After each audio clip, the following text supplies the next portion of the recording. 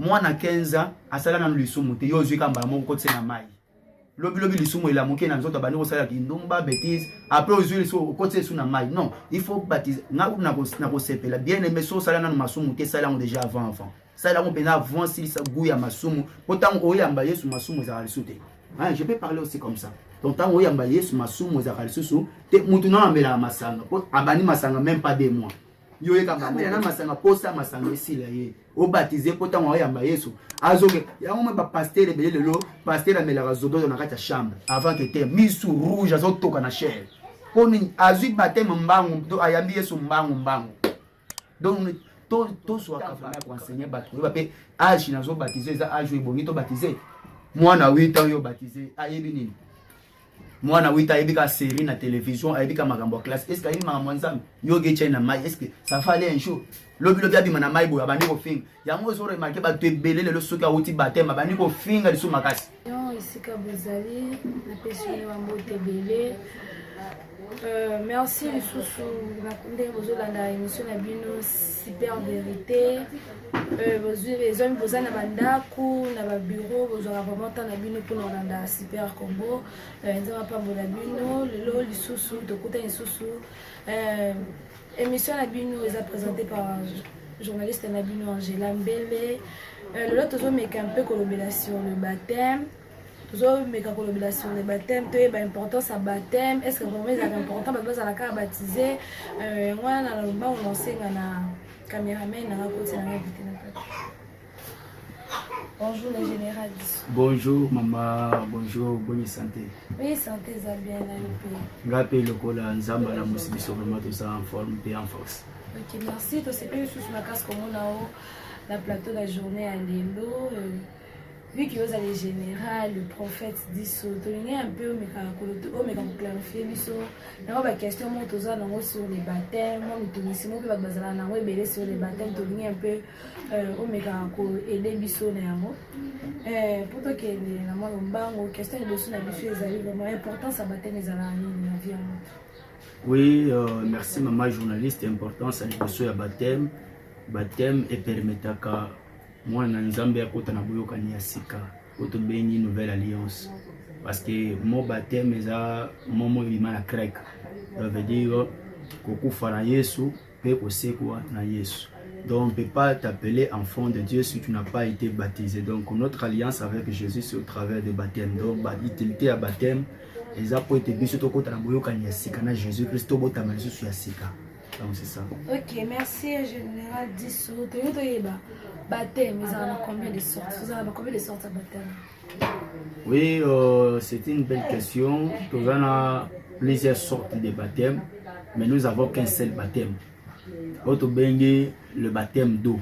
Donc le baptême à Maï, oyo ezali ko chola, d'autres bengi baptême d'eau. Mais baptême est belé pour ne pas cracher sur plusieurs religions et puis ba foi ya batu misusu o baza ba chrétien eza batu misusu ba batisaka peut-être bazu mai ba tena mutu batu misusu ba batisaka peut-être bazu yo kaka ba sopera kati ya piscine donc wanto ko baki ya plusieurs baptêmes mais na kati ya o eza biblique nous avons qu'un seul baptême un seul Dieu une seule foi et Jésus-Christ azaka moko donc c'est un peu ça dozaka na baptême moko selon Bible.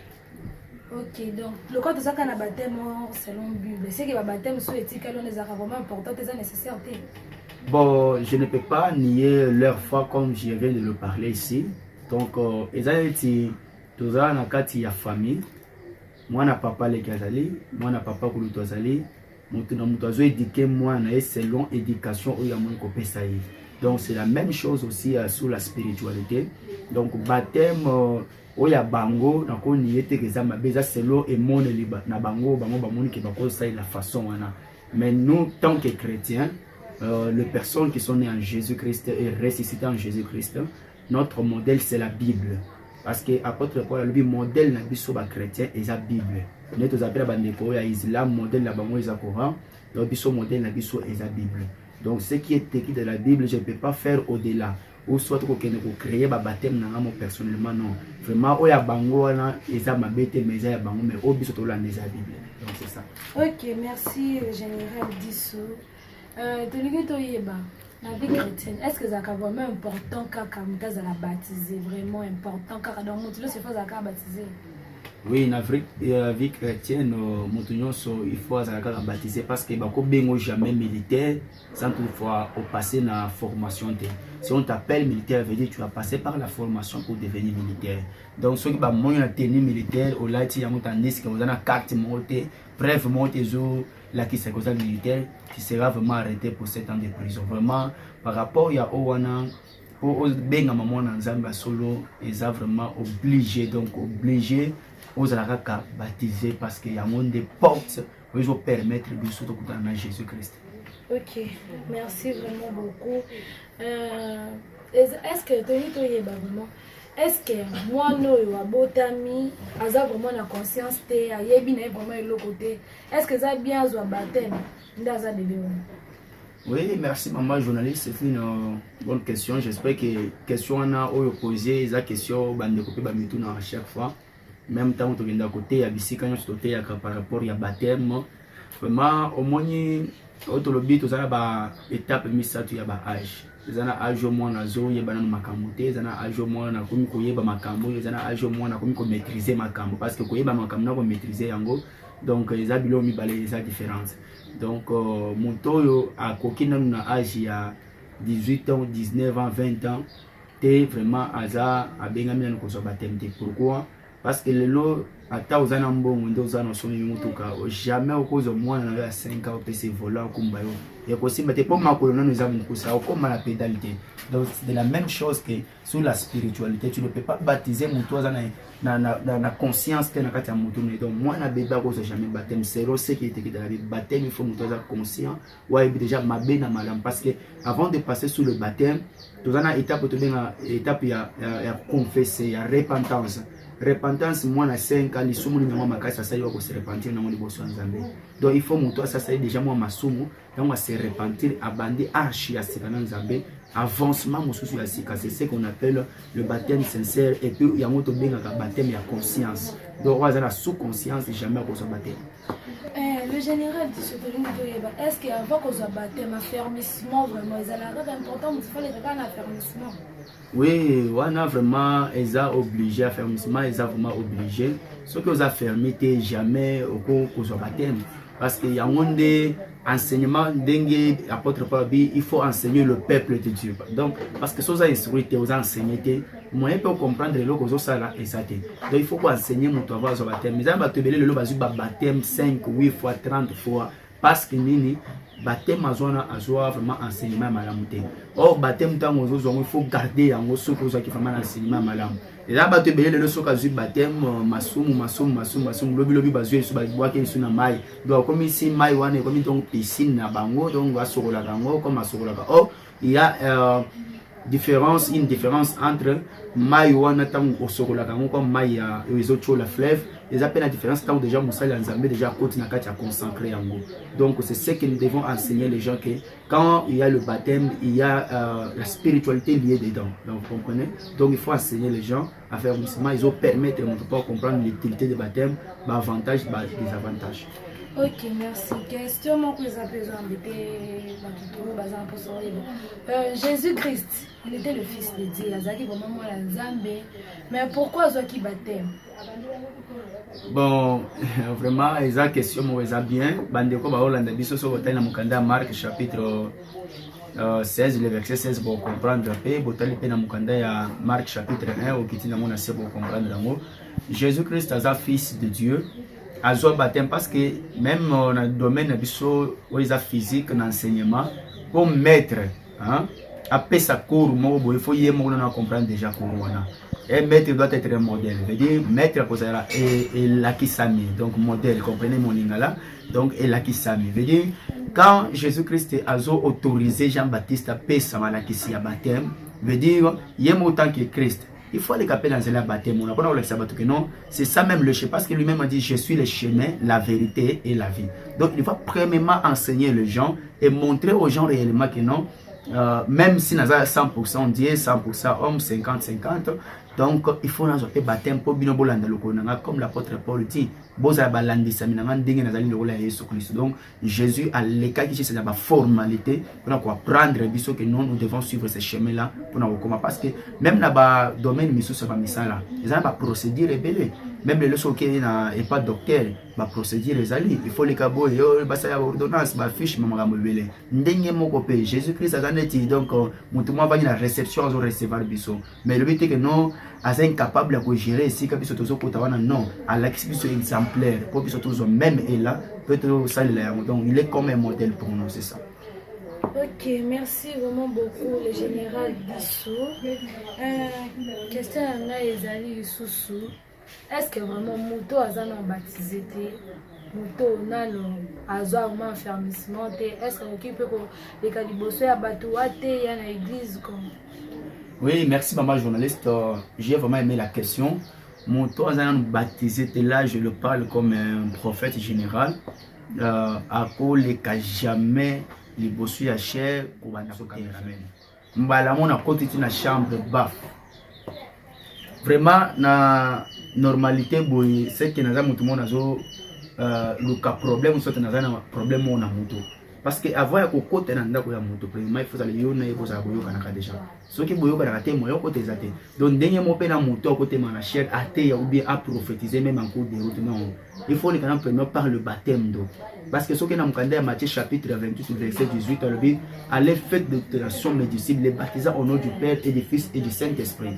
Donc tant que fait d'obtention mes disciples les disciples vraiment il faut les kana baptême même apôtre tout autant les 12 apôtres les gars ils ont un baptême va recevoir puissance et ensemble selon Actes des apôtres chapitre 2 il y a Saint-Esprit selon le jour il y a Pentecôte donc tu ne peux pas prêcher ce qu'on les gars baptême baptême eza étape oyo et c'est la communion entre yo na maître parce que oko tanga jamais comme ya maître so biboyo na maître wana te alliance na biso ezaka lié à partir ya baptême wana ezane loko asika transformation ya moi sur la ligne na Romains chapitre 7 le Bible c'est lui qui est né de nouveau en Christ Christ il n'y a plus de condamnation veut dire tant on botam déjà asika na kata Yesu condamnation ezali sous-sauté tu comprends donc on veut dire baptême est vraiment utile na vie à mon ensemble de l'apôtre bishop archbishop donc baptême est vraiment utile donc c'est ça. Mais Moto peut se gazer la don ya prophétie, gazer la don quelconque. Le quoi a une baptême, tu peux prophétiser. Bon, Moto a don ya prophétie et dans la baptême sous là je peux vous parler même moi-même et comme il a été avant na baptême comme na marque le bina biso beaucoup parler ba nouvelle langue après avoir ça la baptême au baptême. On a parlé la langue avant même que na baptême. Tu comprends? On a parlé la langue avant que na même baptême. Ça c'est une grâce de Dieu. Ça c'est une grâce. Là baptême sous nous ambassadeur ba ngolo ba sota ba étape bazali. Mais pour la sacerdoce, on va bien sacerdoce lié très c'est pour consacrer déjà pasteur, apôtre au camp j'ai tout le coup de battre. Vraiment, il faut normalement au le baptême parce que il y a des choses que je peux te dire aujourd'hui. Et là baptême sous bimi na nzela awa, soit nga c'est le ria ba militaire. À cause le ria ba militaire et à l'équipe ba militaire sous. Soit nga fongolo arme ou fongola arme mais à soldat. Mais le but est que tant qu'on font la arme, ça directement soldat. Ndenge mo pe na ba spiritualité ba tumususu, mutu muso prophétiser mais azona baptême te. Mais nzamba yebi. Mais règle de jeu il faut se baptême. Baptême dans les matricule ya moi en nzamba. Spirituellement donc c'est un peu ça. Ok, merci vraiment beaucoup le général, le prophète Bissou. Est-ce que mutu vraiment ils a permis à ce baptême 2 ou 3 fois? Oui, na baptême normal, il faut avoir baptême 2 fois ou 3 fois. Bandeko o nazolo ba awa, vous êtes j'espère à l'écoute, tu ne peux pas être baptisé 2 ou 3 fois. Donc c'est impossible vraiment, c'est vraiment impossible. Le vrai baptême, tu dois être baptisé une seule fois. Donc mon toi a baptisé malamoko asa capable ya ko garder alliance na ye. Mon toi a baptisé malamoko asa capable ya ko avancer. Donc si tu veux vraiment baptiser 3 4 fois, et ça vraiment vrai baptême te. Il faut luka ozo baptême malam mais nazo rectifier moi eloko moi moké pour la likamotali 3 4 baptêmes. Les gens bandeko mususu lelo ba koma ba 4 baptême. Pourquoi? Peut-être na sima baptême oyo azwaka wana na sima baptême oyo azwaka wana asumuka ka longola ka zemi ya ngota mayoki su babelela baptême à se donner les sources parfois na ye pour avoir su deuxième baptême. Tant azui deuxième baptême asumuki source. Donc conseil non c'est ça que non so cause un vrai baptême, il faut garder baptême dans la sanctification, dans la banga nzambe ko boy ko simba qu'est-ce que ça onyo su za mabe interdit na Bible. Donc wanande o ko sala ba 5 6 baptême mais baptême za ka moko za ka 5. Ok, merci vraiment beaucoup le général Bissou. Bateau bazora baptême na piscine, baptême na bakopo, baptême ya solo ngomeza la ka baptême faza na kata mai ou bien de na mai au couler. Baptême lié de baptême normalement baptême ya mai ou les autres là c'est ça même le vrai baptême. Baptême qui non piscine ba koti mutu na piscine bazwa ki mai ba tena mutu ba sokolié vraiment on les a baptême. Vrai baptême sur le baptême dont mai les autres là selon mukanda ya Marc chapitre 1er où Jean-Baptiste a baptisé batou ezaki na fleuve mai les autres là ni tu dans fleuve Congo ni tu za ba l'émission ya ba quartier wana c'est ça mais so bazio ba tu na kati piscine vraiment tu dois recommencer le baptême c'est pas un vrai baptême. Ok, merci beaucoup. Le général, est-ce que prophète, to missionnaire, mon boyau, ko baptisé pe mutu, to mutu wa ko baptisé mutu ko zaka pasteur, bishop to de. Bon, merci maman pour la question. Soki ozalaka kolamba fufu ebi kolamba fufu te jamais maman akope so fufu lamba. Vous comprenez? Donc soki yo moko nano oza baptisé te, obengami ko baptisé te. Ko baptiser te moto ako baptiser saka moto azana pouvoir et capacité so que na mukanda Matthieu chapitre 10 je vous ai donné le pouvoir et l'autorité.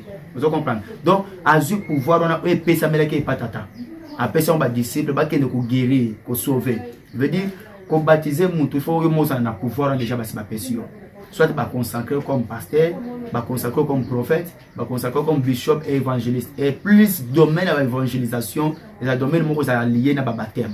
Parce que la plupart des gens ont baptisé à mingi za ba évangéliste ba apôtre ba prophète biso to yaka na biso donc pour accomplir mais ba kolo baptême za ba évangéliste parce que à gagner muto masumu il faut que tu ailles dans mai donc il faut même na monde mususu hein c'est ça donc baptême wana c'est comme ça que je peux expliquer.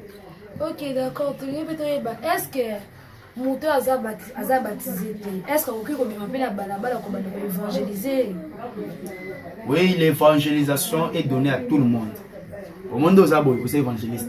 Ngani azabo na évangéliste. Même papa na biso sneige azana avec ma caméra à évangéliste. Comment il est évangéliste? Parce que parler d'abord de Jésus. Parler d'abord de Jésus, c'est ça même l'évangélisation.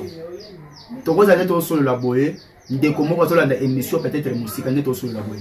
Ayamba peut-être Jésus-Christ directement yambi Yesu. Quand tu sur mbala moko directement yambi Yesu. Abengi peto yambi c'est Jésus-Christ, abongo pe mutema, abano sa pe mama malamu. Donc mutu tout oyo asia yambi Jésus-Christ na vie na ye, ala capable de transmettre.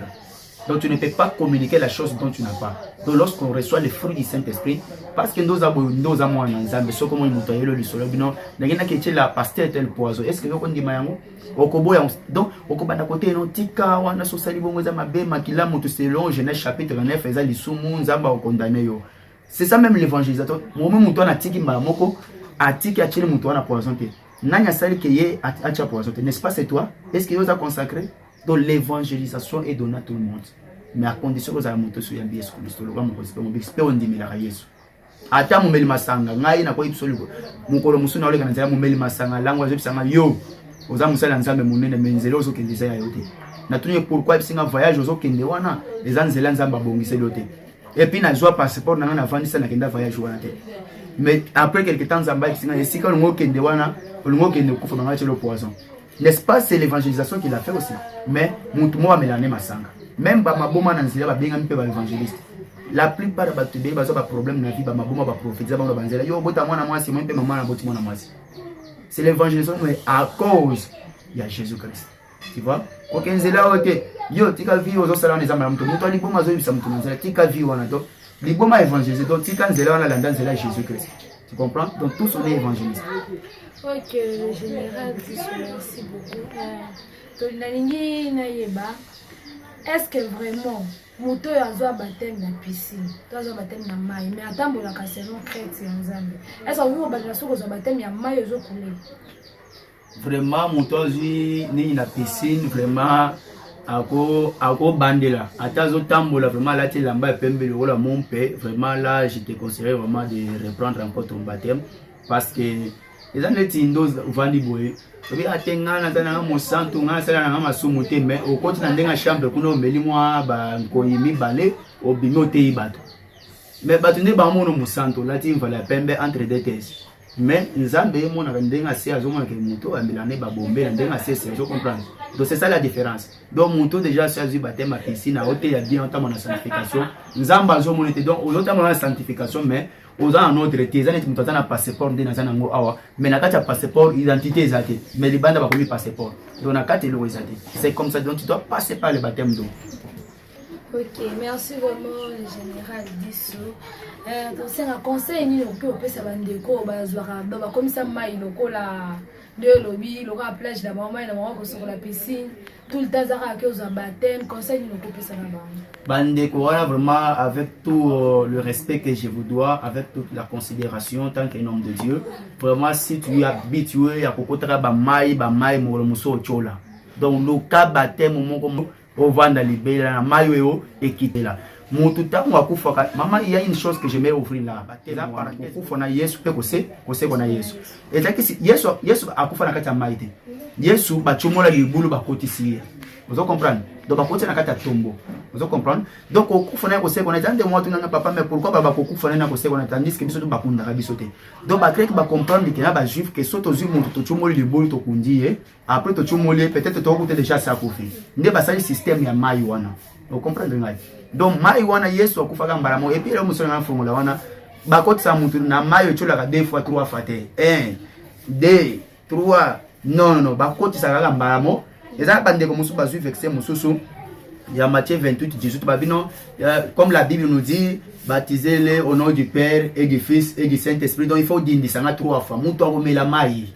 Donc Jésus-Christ dit moi et mon Père nous sommes qu'une seule personne. Donc tant au côté je te baptise au nom de Jésus-Christ. Donc Jésus-Christ a déjà Nzambe a déjà Saint-Esprit. Les années mai au tient congélateur. Au déposant on a quatre verre awa et bimisa milinga na Saint-Esprit. Tant eza glace et bien Dieu le Père. So event quelques minutes ils ont mai. Vous comprenez? Ils ont eu mai wana de to bengi Jésus-Christ mais ils a eloko moko. Donc mai à glace na mai normal les eloko moko. Donc, pas séparer Jésus-Christ, que non pas baptiser au nom de Jésus-Christ, au nom de Saint-Esprit. Non, on baptise seulement au nom de Jésus-Christ.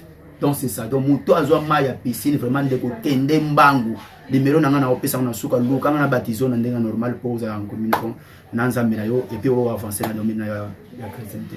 Ok, merci beaucoup vraiment le général prophète Disso nzamba pambolona ndemo éclaircir biso conseil ni pour opesa na ba pasteur na ba apôtre na ba prophète o baninga ko me batu baza piscine na baza baptême na piscine na ndenga prestige et na ba pasteur parce que tes maman nzamba pambola yo il y a des choses que tu es en train de parler ici les choses vraies vraiment nzamba mona yo les ana ba sala nzambe ba camarade ba ninga ba collègue ba aîné o bazo baptiser par sentiment te ngana zota bato 20 50 na kitana bangona eza ba mso bafutela na bandimi transport ko baptiser kaka serme yana baptizo te yana baptizo non ezali kelemba te wana eza vie mobimba parce que moi mutu mususu yango tozo baptiser bato bambamu mwana 15 ans asala na lisumu te yo zwika mbala moko kotse na mai lobi lisumu ela moke na nzoto bani osala kindumba bêtise après ozwi so kotse su na mai non il faut baptiser na ko sepela bien aimé so sala na masumu te sala déjà avant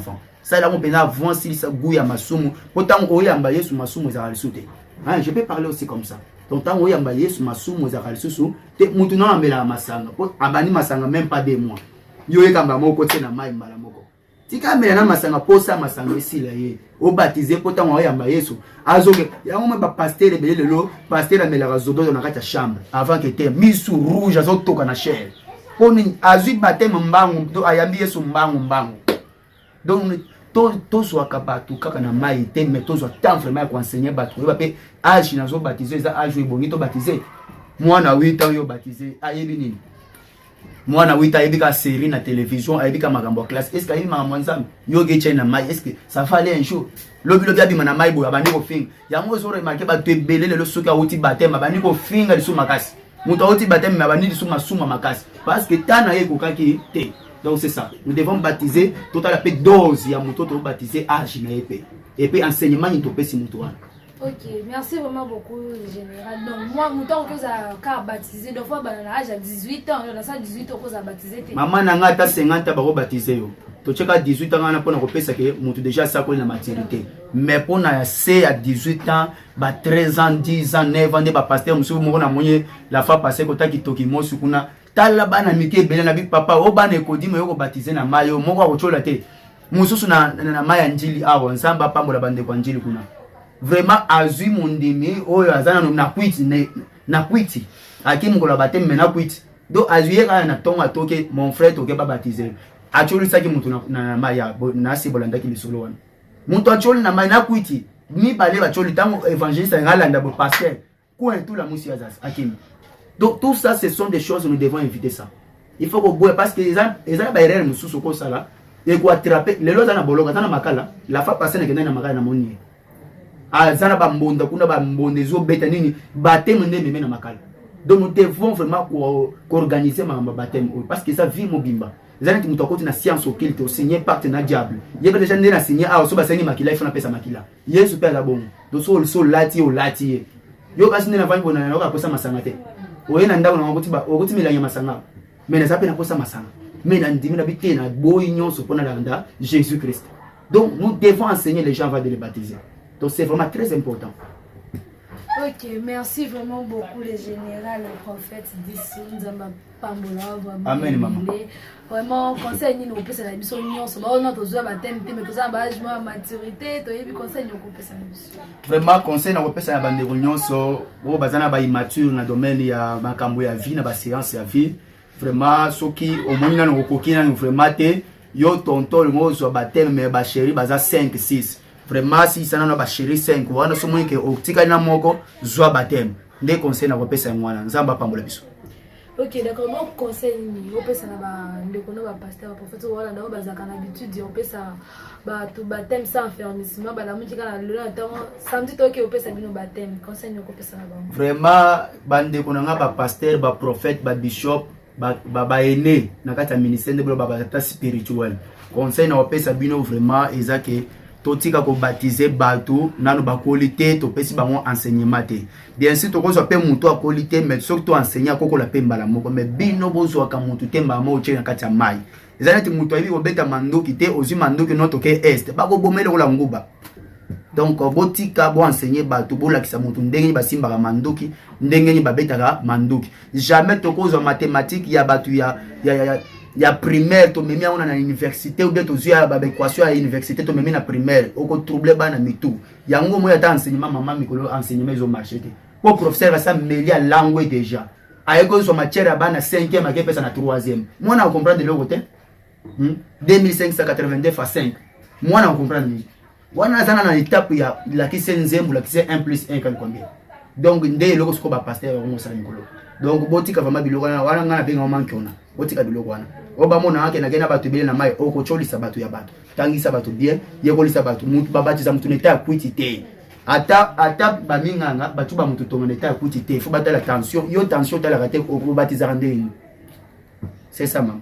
Ok, merci vraiment les généraux d'Issunzamba Pambola, vraiment ébélé na été. Merci maman. Au PC na biso. Vraiment na bateau balandio na bateau se balandio suko baza ba ébélé ba sepeli balingi ba adresse à église tout ça. Merci maman, adresse la biso église tozana commune Ngaliema, tozana avenue sous Kambundu numéro 30 na quartier Kamunganga ndesika siège na biso général ya fondation pe église Benezer ezali vraiment ba numéro na biso pe zawana 082 75 32 664 so benginga moko en direct na ko répondre donc c'est ça. Ok, merci vraiment beaucoup le général diso ba dédicace na ko pesa ngo pa na vraiment ba dédicace baza bande ko bazé belé na ko vraiment ko silisa ngote mais na pamboli mama Lida mama Grace Skazali bavoisin na ngai bavoisine na ngao tozana bango ensemble ya lupango nzamba pambola bango na pamboli papa na ngai Sinej joaza na sima caméra toujours asala la force na ngai na pamboli mopende ko journaliste dans chaîne na biso za la Beni na pamboli vraiment ndeko Enoch esika zali vraiment na sima caméra pe ndenge moko na pamboli bandeko nyonso ya Benezer na pamboli dirikap na ngai cabinet na pamboli papa héritier maman na nzamba mona bino mama Solange vraiment équipe bande ko nyonso tout bazana Lubumbashi na pamboli bino papa DJ na bossa nyote vraiment nzambe amona bino. OK, merci beaucoup vraiment